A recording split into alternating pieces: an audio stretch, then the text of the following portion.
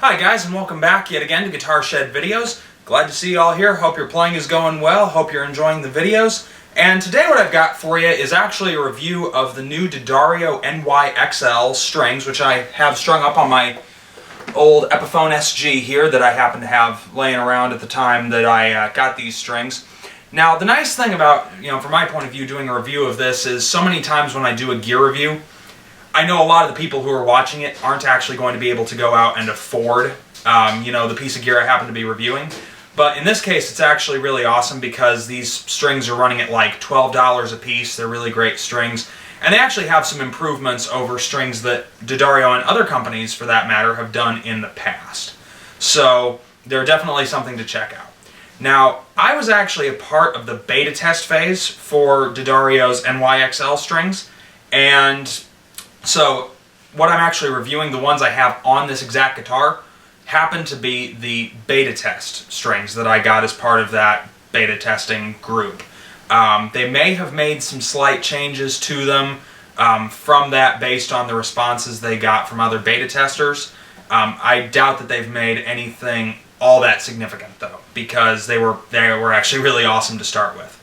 So before we actually get into playing on them, let me kind of get into what the improvements are in terms of the D'addario NYXL strings. Now, it's funny to think about it, but there's actually a lot of technology that goes into making guitar strings, especially these days. And it seems like all the big string companies are always kind of trying to outcompete each other. I'm sure some of you remember the rollout of the Cobalt Ernie Ball strings a few years ago that were supposed to be, the string to end all other strings or whatever. They were okay. I didn't particularly like them myself. Now, just for reference, I'm an Ernie Ball titanium guy. I've always used the titanium strings. They work best for me. I find their tuning stability to be really awesome, and they're incredibly corrosion resistant. So that's what I tend to use. But I have to admit, these D'addario strings are actually kind of changing my mind on that, because they are really an amazing set of strings. So, in terms of what D'addario changed in reformulating their strings for the NYXL series, number one, they used a higher carbon steel alloy on the inside of the string. The actual wire inside the string is made of a higher carbon alloy of steel, which is actually for the improved tuning stability, and it also increases the overall strength of the string, so breakage becomes less of a problem. Now, in terms of tuning stability, D'addario lists that these NYXL strings are actually 131% more stable than, a comparable string from another company.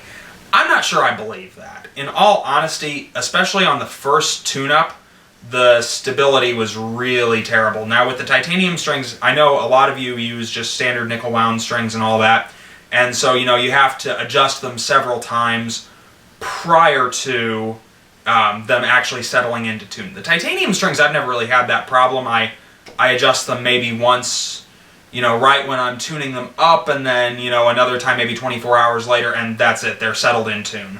Now, these I kept having to adjust, I'd say 5 or 6 times to really get them to settle into tuning. But once I did, the tuning stability has been really good.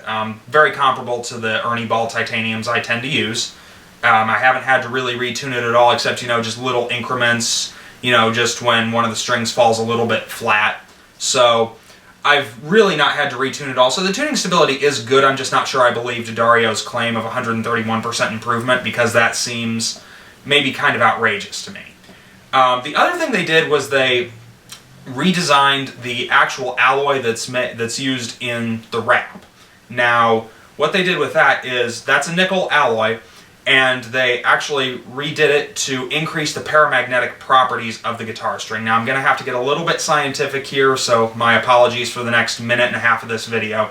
The way the guitar strings actually work is by creating a paramagnetic field within the magnetic field put out by your guitar's actual pickups. Now, what that does, the reason that is needed is because the fluctuations within that magnetic field become the electric signal that's then sent to your amplifier, which translates it back out into the sound that you hear out of your amplifier.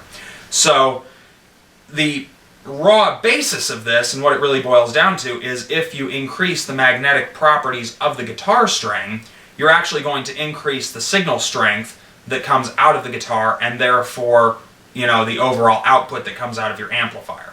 So that was actually the idea behind the cobalt strings back when Ernie Ball released them.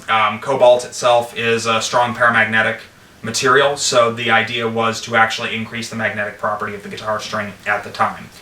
Now, with these, I really have noticed a difference in terms of the tone that you get out of them, thanks to the increased paramagnetic properties of the guitar strings. Especially in the mid-range, you get a lot more crunch out of these, I feel, you know, with the same amplifier settings than you would out of most other guitar strings. There's a really strong mid-boost to these strings, and that's kind of thanks to that reformulated nickel winding that's on them. They also did a reformulated tin plating process, and what that does, that really has nothing to do with the tone, but it's to help with corrosion resistance. Tin's a fairly non-oxidizable metal, so that really helps with the corrosion resistance of the strings themselves. And all of that really put together comes out with one thing, a string that's very strong, very corrosion resistant, and has a really nice mid-boost crunch to it.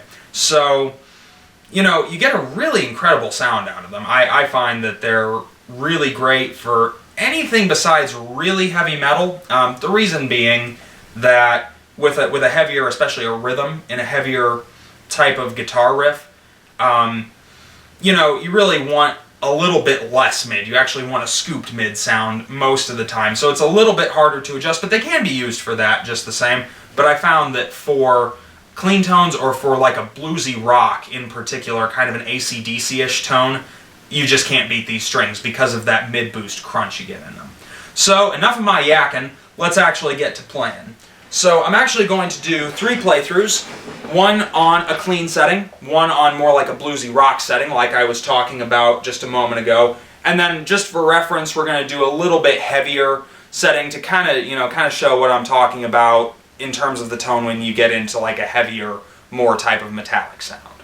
So again, we're going to go ahead and start off here with just a clean tone. You know, for reference, I'm using the same amplifier I use in most of these videos, which is my Vox VTXL high gain combo amplifier. So if you need a reference on what that tends to sound like, you can just check out one of the other videos I've done. I use it in most of my playthrough demos. So without any further ado, let us begin. On a clean tone.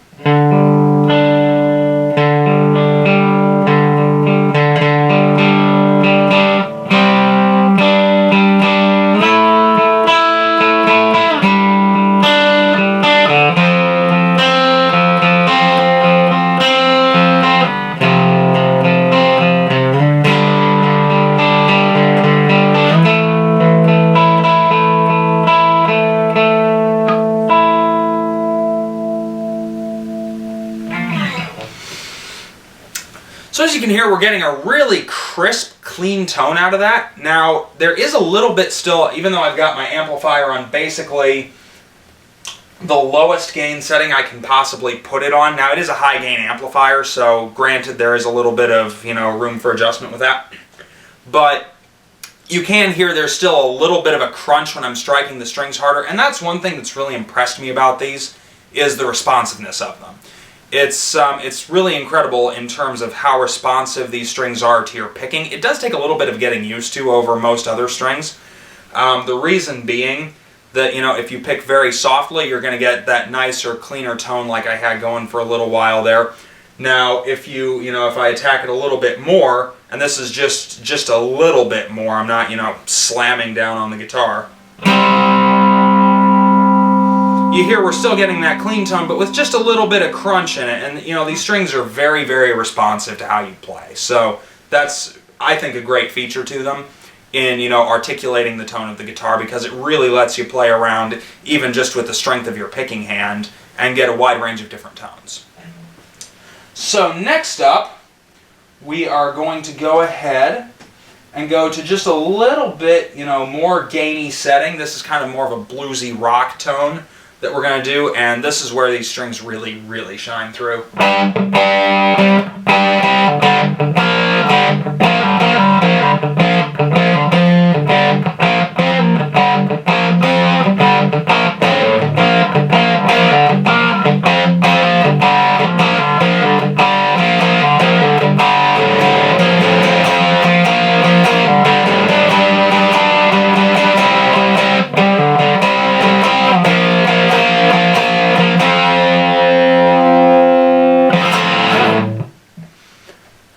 Now again, you can hear where we're starting to get that really strong string response and also that little bit of boosted crunch over what my amplifier would actually do. I've actually got it on a fairly low gain setting right now, but we're still getting that good boosted crunch and very clear articulated mid and high tones in terms of, you know, the responsiveness of the frequencies we're getting out of the amplifier. So that's again kind of an improvement on the strings.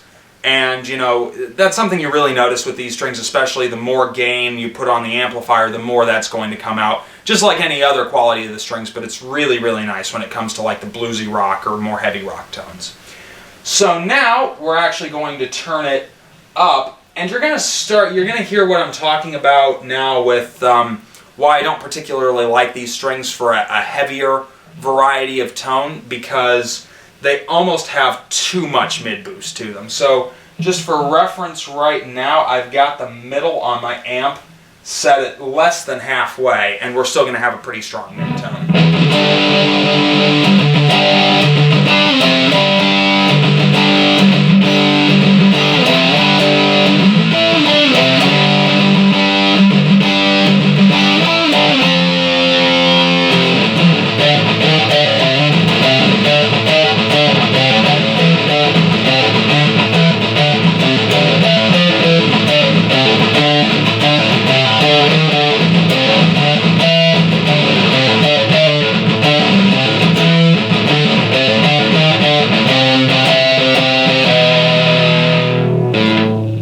So again, you know, it still sounds pretty good, and you're still getting a lot of responsiveness out of these strings, but the only thing of this is that, you know, given my preference, I'd rather have a little bit less of a mid boost to the strings, you know, for a heavier tone, certainly.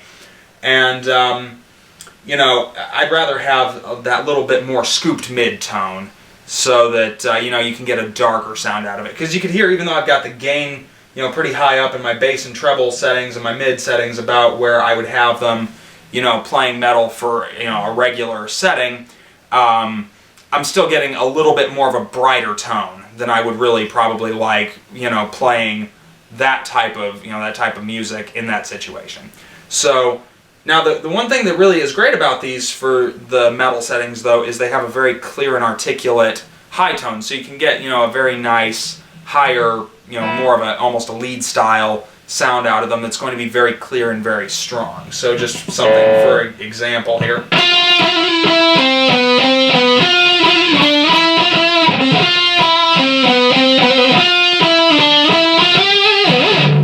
So you can hear how we're getting, you know, a really clear high tone out of that, but we're still getting that mid boost, you know, that's really not suited to that type of music. But again, that's something that if you're going to be playing that type of music exclusively, well, you probably really shouldn't go with these strings. But if you're playing more like a bluesy rock, like a hard rock, or even, you know, straight blues, these strings are freaking awesome. I really would recommend any of you try them out, especially if you have, you know, multiple guitars. You have maybe one guitar that has your personal favorite strings on it, and maybe you have an old one lying around like I did, that, you know, you could put some extra strings on just to play around with, because they're really fun, they're really great to play around with, and I think most of you will probably like them a lot. I certainly did.